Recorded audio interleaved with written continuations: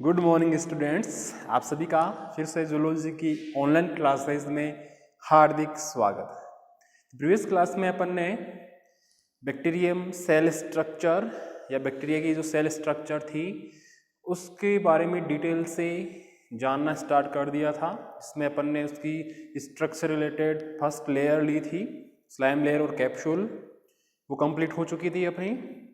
उसमें अपन ने देखा था कि इसका मोस्ट वर्क है बैक्टीरियल सेल को सूखने से बचाना, ऐसे ही कि ये होस्ट लिक्विड से बचाती है और कई बार फूड के मॉलिक्यूल्स को भी कलेक्शन करती है, कभी कलेक्शन करती है या उनको कलेक्ट करने का काम भी करती है। सेकंड नंबर पे अपन ने कोशिका प्रक्षेप या सेल जो प्रोजेक्शंस थे उनके बारे में टॉपिक स्टार्ट किया था कि ये मोस्टली टू टाइप के होते हैं। फर्स्ट नंबर पे अपन ने फिम्ब्री और पिली की बात कर ली थी, डायग्राम भी बनाया था एक बैक्टीरिया का, जिसमें अपन ने जाना था कि फिम्ब्री और पिली क्या होती क्या है। इसका मोस्ट वर्क ये था, क्या था इसका मोस्ट वर्क?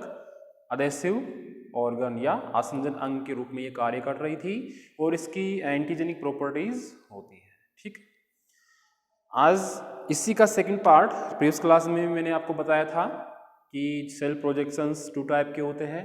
फर्स्ट नंबर पे फिम्ब्री या पीली, सेकंड नंबर पे फ्लैजिला। तो सेकंड नंबर है कशाब, हिंदी में क्या बोलेंगे? कशाब। फ्लैजिला। अच्छा, फिर सीलिया को क्या बोलते हैं? पक्षमाभ। फ्लैजिला को कशाब। सीलिया संख्या में बहुत सारे होते हैं, साइज में भी छोटे होते हैं। कशाब संख्या में एक या दो ही होते हैं, ठीक है, और साइज में लंबे लंबे होते हैं। ठीक है, तो सबसे पहले अपन इसका एक सचित्र डायग्राम बना लेते हैं, फिर अपन इसको अच्छे से डिटेल में जानेंगे कि ये होता क्या है। तो वही हेयर लाइक स्ट्रक्चर है लेकिन साइज में बड़ी है।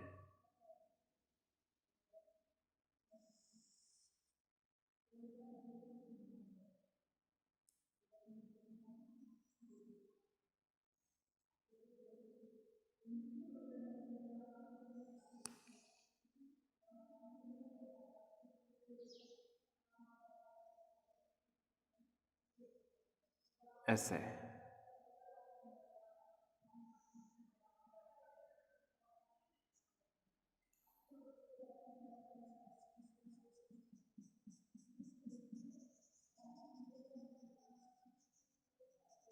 ये कोई फ्लैजिला मैंने बनाया है किसी बैक्टीरिया की आउटर सरफेस पर सेल प्रोजेक्शन के रूप में।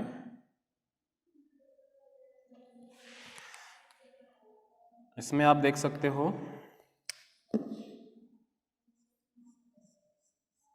ये प्लाज्मा मेम्ब्रेन, ये सेल वॉल, ठीक है। ये तो क्या है इसकी बैक्टीरियल सेल की प्लाज्मा मेम्ब्रेन, और ये है सेल वॉल, ठीक है। प्लाज्मा मेम्ब्रेन के बाहर की ओर सेल वॉल, सेल वॉल की आउटर सरफेस पर ये फ्लैजिला धसा हुआ रहता है। तो मैंने पिछली क्लास में भी आपको फ्लैजिला के मोस्ट पार्ट बताए थे, 3 पार्ट के नाम बताए थे, जिसमें था फिलामेंट या साफ्ट, सेकंड नंबर पे हुक और थर्ड नंबर पे बेसल बॉडी। तो ये है इसकी बेसल बॉडी, ये वाला भाग बेसल बॉडी जिसे बोलते हैं आधार कार्ड। ये वाला है हुक और ये वाला है फिलामेंट, फिलामेंट या साफ्ट, ठीक है। और ये संरचना किसकी है? फ्लैजिला की। स्ट्रक्चर ऑफ फ्लैजिला, क्लियर है? तो तो अपन इसकी जो फ्लैजिला के मोस्ट 3 पार्ट्स हैं, फिलामेंट या शाफ्ट, हुक और बेसल बॉडी, इनको डिटेल में जानेंगे तभी अपन ने इसकी फ्लैजिला की स्ट्रक्चर अच्छे से डिटेल में समझ में आएगी। ठीक है, तो पहले ध्यान से सुनना कि ये जो स्पाइरोकीट ग्रुप के जो बैक्टीरिया होते हैं,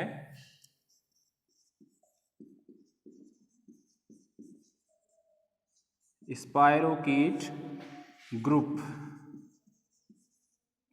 के जो बैक्टीरिया होते हैं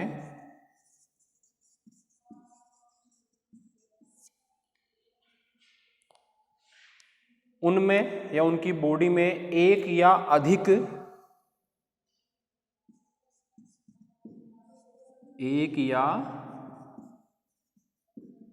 अधिक अशाखित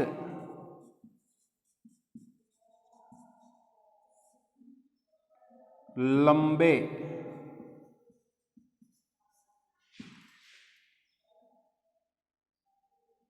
सर्पिल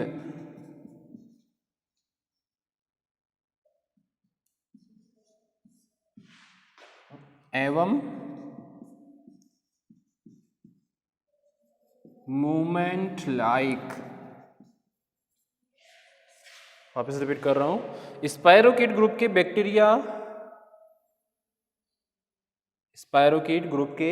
बैक्टीरिया के अलावा, ये मैंने थोड़ा यहाँ पे मिसमैच कर दिया है, ध्यान से सुनना वापस। स्पाइरोकीट ग्रुप के बैक्टीरिया को छोड़कर अन्य सभी मोटाइल बैक्टीरिया,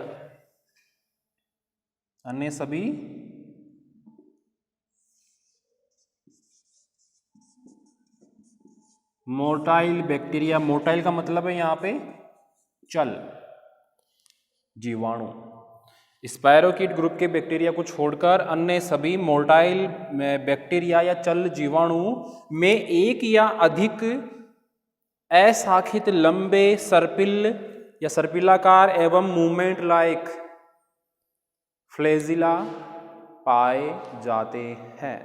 एक भी हो सकते हैं, एक से ज्यादा भी हो सकते हैं, एक से 2 भी हो सकते हैं, 3 भी हो सकते हैं। अशाखित है यानी शाखाओं में बटे हुए नहीं है, लंबे हैं, सर्पिलाकार है और मूवमेंट लाइक है, मूवमेंट कर सकते हैं। ठीक है, तो ये चीज क्लियर है। यानी कि स्पाइरोकीट ग्रुप के जो बैक्टीरिया होते हैं उनमें ये फ्लैजिला नहीं मिलेंगे, और स्पाइरोकीट ग्रुप के बैक्टीरिया को छोड़कर अन्य जो बैक्टीरिया है जो चल जीवाणु के नाम से जाने जाते हैं, मोटाइल बैक्टीरिया के नाम से जाने जाएंगे, उनमें इस टाइप का फ्लैजिला मिलेगा। इस फ्लैजिला का मोस्ट वर्क है लोकोमोशन में हेल्प करना। मोस्ट वर्क क्या है?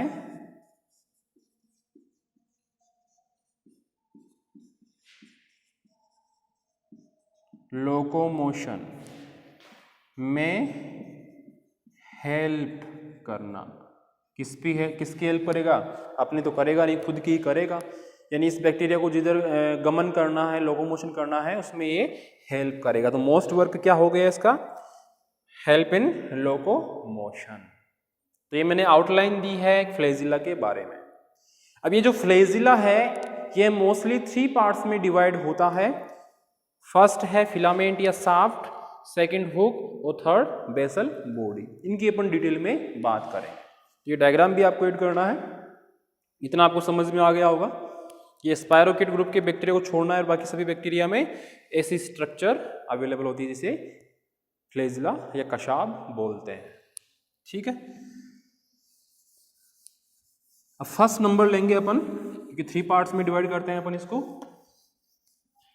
तो फर्स्ट नंबर क्या है? फिलामेंट या शाफ्ट।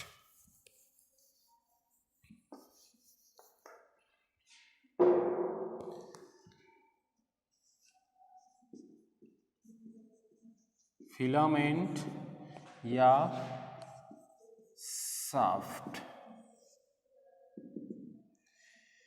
हिंदी में से बोलेंगे फिलामेंट को तंतु और शाफ्ट को कांड।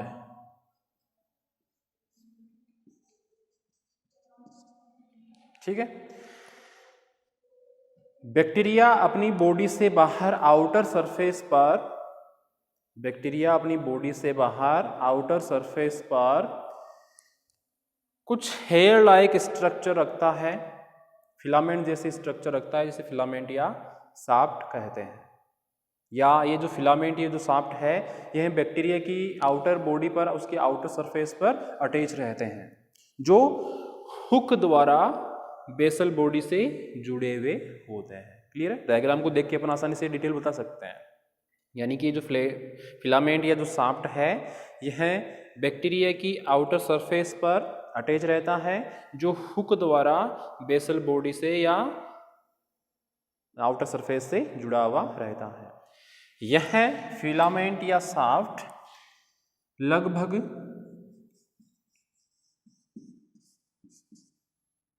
3 से 20 μm लंबा एवं 0.001 से 0.13 μm व्यास का होता है। ये इसकी साइज है।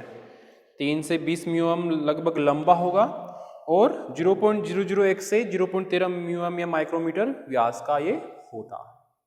तो ये इसकी साइज है कि कितना लंबा होता है और कितना व्यास का ये होता है। ठीक है, अब आगे सुनना। ये जो फिलामेंट या जो शाफ्ट है, इसका सबसे ऊपर वाला हिस्सा, ये वाला सबसे ऊपर वाला हिस्सा एक वर्गाकार टिप के रूप में, एक वर्गाकार शीर्ष के रूप में समाप्त होता है। वर्गाकार शीर्ष, शीर्ष को अपन बोलेंगे टिप। ये वाली ऊपर वाली नोक, ये कैसी होती है? वर्गाकार टिप के रूप में समाप्त होता है। यह फ्लैजिला, आगे दूंगा, सबसे मेन पॉइंट आएगा। यह फ्लैजिला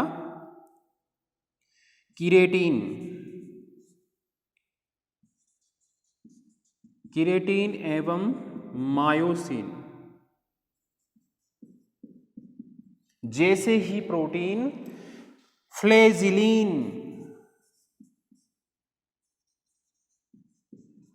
नामक प्रोटीन से मिलकर बना हुआ होता है। तो ये चीज नोट कर लेना कि जैसे किरेटिन प्रोटीन और मायोसिन प्रोटीन होते हैं, वैसे ही एक प्रोटीन है फ्लैजिलिन, उससे मिलकर ये फिलामेंट या शाफ्ट बना हुआ होता है। एक फिलामेंट, इसकी बात करें, एक फिलामेंट लगभग 8 फ्लैजिलिन मॉलिक्यूल से मिलकर बना हुआ होता है। कितने मॉलिक्यूल से? 8। एक फिलामेंट लगभग 8 फ्लैजिलिन मॉलिक्यूल से मिलकर बना हुआ होता है। क्लियर है? ये वैसा ही प्रोटीन है जैसे किरेटिन प्रोटीन और मायोसिन प्रोटीन होते हैं, सेम वैसा ही प्रोटीन है फ्लैजिलिन, जिससे ये फिलामेंट या शाफ्ट बनता है। और एक फिलामेंट लगभग 8 फ्लैजिलिन मॉलिक्यूल से मिलकर बना हुआ होता है। तो ये चीज नोट करना कि फिलामेंट या शाफ्ट कौन से प्रोटीन से मिलकर बने हुए होते हैं? फ्लैजिलिन। और लगभग कितने मॉलिक्यूल्स होते हैं? ये 8। क्लियर है? नोट्स में भी बनाना हो तब अंडरलाइन कर लेना। तो ये अपन ने डिटेल में जान लिया है फिलामेंट या शाफ्ट को, ये कहाँ पे अवेलेबल होता है, किसके द्वारा अटैच रहता है, इसकी लंबाई कितनी है, व्यास कितना है, इसका लास्ट सिरा क्या कहलाता है, कौन से प्रोटीन से और कितने मॉलिक्यूल से मिलकर बना हुआ होता है। क्लियर है? सेकेंड नंबर क्या है? हुक। हुक, अब ध्यान से सुनना। बैक्टीरियल सेल का या बैक्टीरियल सेल की आउटर सरफेस पर फिलामेंट हुक के माध्यम से बेसल बॉडी से अटैच रहता है, ये अपन ने जान लिया है। ठीक है, तो अपन हुक के लिए बता सकते हैं कि हुक बेसल बॉडी के द्वारा बैक्टीरियल सरफेस से अटैच रहता है। ग्राम नेगेटिव बैक्टीरियल सेल में पाए जाने वाला हुक ग्राम पॉजिटिव बैक्टीरिया में पाए जाने वाले हुक की अपेक्षा साइज में छोटा होता है। All over gram negative bacterial cell में पाए जाने वाला hook gram positive bacterial cell में पाए जाने वाले हुक की अपेक्षा साइज में छोटा होगा। ये वाला भाग छोटा होगा पॉजिटिव की अपेक्षा। ठीक है, यानी पॉजिटिव में हुक बड़ा होगा। ठीक है, इतना समझ में आया? इस हुक के पास एग्जाम्पल ले रहे हैं अपन, जैसे क्लोस्ट्रीडियम, स्पोरोजीन्स, एग्जाम्पल है एक बैक्टीरिया का क्लोस्ट्रीडियम स्पोरोजीन्स। ये बैक्टीरिया है जिसमें इस हुक के पास में एक संरचना उपस्थित होती है जिसे बोलते हैं पाश, इसे बोलते हैं पास फैल पास वाला नहीं, पास, जिसे बोलते हैं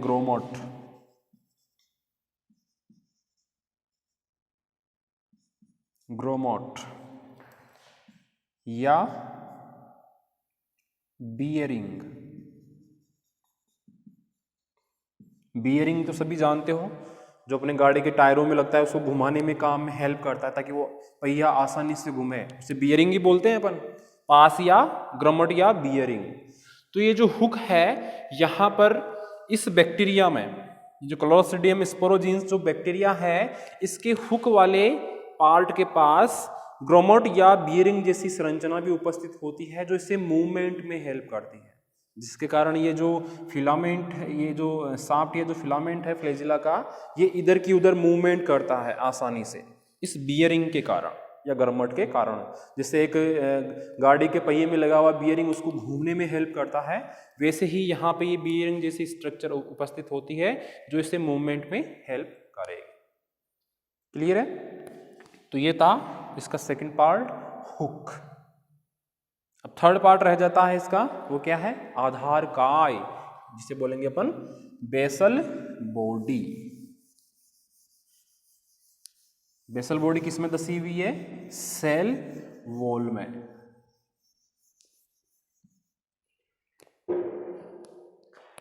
थर्ड नंबर इसे बोलते हैं आधार काय, बेसल बॉडी, ये वाला भाग। तो अपन बोल सकते हैं कि बैक्टीरियल सेल में पाई जाने वाली बेसल बॉडी अपने पास रिंग्स के 2 सेट रखती है, रिंग्स के 2 सेट, यानी बेसल बॉडी बैक्टीरियल सेल की सेल वॉल में धसी हुई संरचना होती है। यह बेसल बॉडी खुद के पास रिंग्स को अपन बोलते हैं वलय के 2 सेट रखती है जो आपस में एक रोड मीन्स सलाखा से जुड़ी हुई होती है। यानी एक रिंग का ऊपर वाला सेट ये हो गया, एक नीचे वाला हो गया, और ये आपस में एक ये वाली रोड से जुड़ी हुई होती है। ऐसे ये ऊपर वाली रिंग का सेट हो गया, ये नीचे वाली रिंग का सेट हो गया, बीच में ये रोड आ गई, ये दोनों ऐसे अटैच रहती है। क्लियर है? अब ये जो प्रत्येक सेट है ये 2 रिंग से मिलकर बना हुआ होता है, 2 रिंग वलयों से मिलकर बना हुआ होता है। यानी कि 2 सेट है, प्रत्येक सेट है 2 रिंग से मिलकर बना हुआ है, तो 2 और 2 4 रिंग्स हो गई। तो इन चारों रिंग्स को बोलेंगे मेम्ब्रेन। टोटल कितनी होगी? 2 + 2 4 रिंग्स। इनको क्या बोलेंगे अपन? मेम्ब्रेन्स। ये कहां पर उपस्थित है? यहां पर बैक्टीरियल सेल के सेल वॉल में। वापस रिपीट कर रहा हूं, बेसल बॉडी बैक्टीरिया की आउटर सरफेस पर धसी हुई अवस्था में पाई जाती है। यह अपने पास रिंग्स के 2 सेट रखती है जो आपस में एक रोड द्वारा अटैच रहती है। प्रत्येक सेट रिंग्स की 2 सेट रखती है, तो टोटल कितनी सेट हो गई? टोटल कितनी रिंग्स हो गई? 4 रिंग्स। तो इन चारों रिंग्स को एक नाम दिया गया है मेम्ब्रेन्स। तो इन मेम्ब्रेन्स के जो नाम है, चारों मेम्ब्रेन्स के जो नाम है, रिंग्स के जो नाम है, वो ध्यान से अपन देखते हैं कि क्या नाम दिए गए हैं स्पेशली। अभी तो अपन ने ये जाना है कि इनको मेम्ब्रेन्स कहा जाता है, इन रिंग्स को मेम्ब्रेन्स कहा जाता है, लेकिन इनको एक्चुअल में क्या बोलते हैं वो देखेंगे अपन। इसका शॉर्ट फॉर्मूला है MSPL, MSPL। तो MSPL की हेल्प से अपन चारों मेम्ब्रेन्स के नाम लिखेंगे।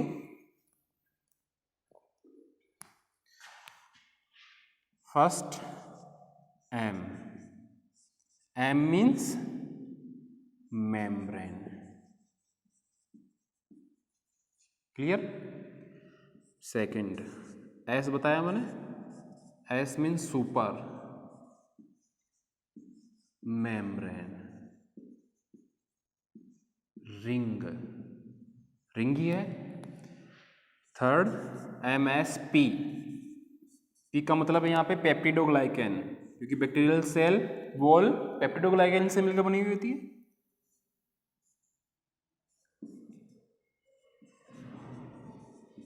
पेप्टिडोग्लाइकेन रिंग, MSP, और ये लास्ट में L, ये हो गई लिपोपोलीसेकेराइड